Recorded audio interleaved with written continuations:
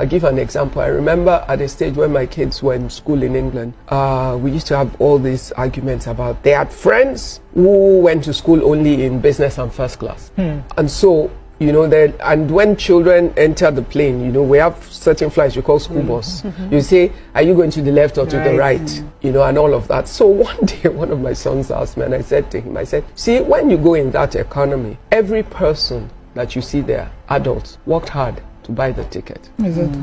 You are there for free.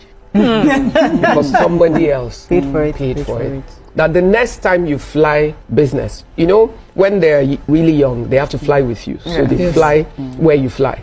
But after, when you send them to the back, they will now complain. You now remind them that somebody worked hard to pay for that. So you put them there deliberately. So we have to be intentional. That's what I've realized. We as parents must decide, what are the values that I treasure?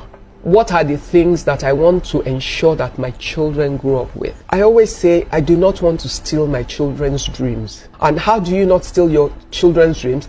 If you use your own success to kill their own ambition, you have stolen their dreams. Because you set them up not to have a need.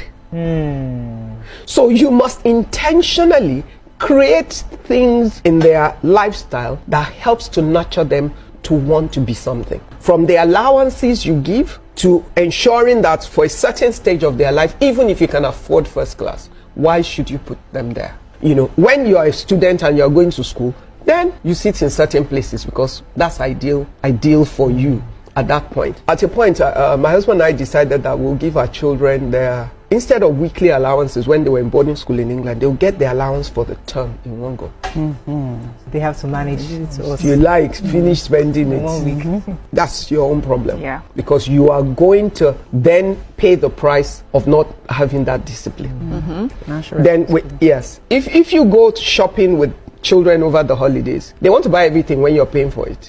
Yes. Then we decided to change the pattern. This is your budget for the holiday. If you like, buy one thing with it. It's nobody's problem. All of a sudden, you start saying, I can't afford this, I can't afford this, I can't afford it. Honestly, because we're just in a time and a season that is difficult to raise children. Because the influences are high.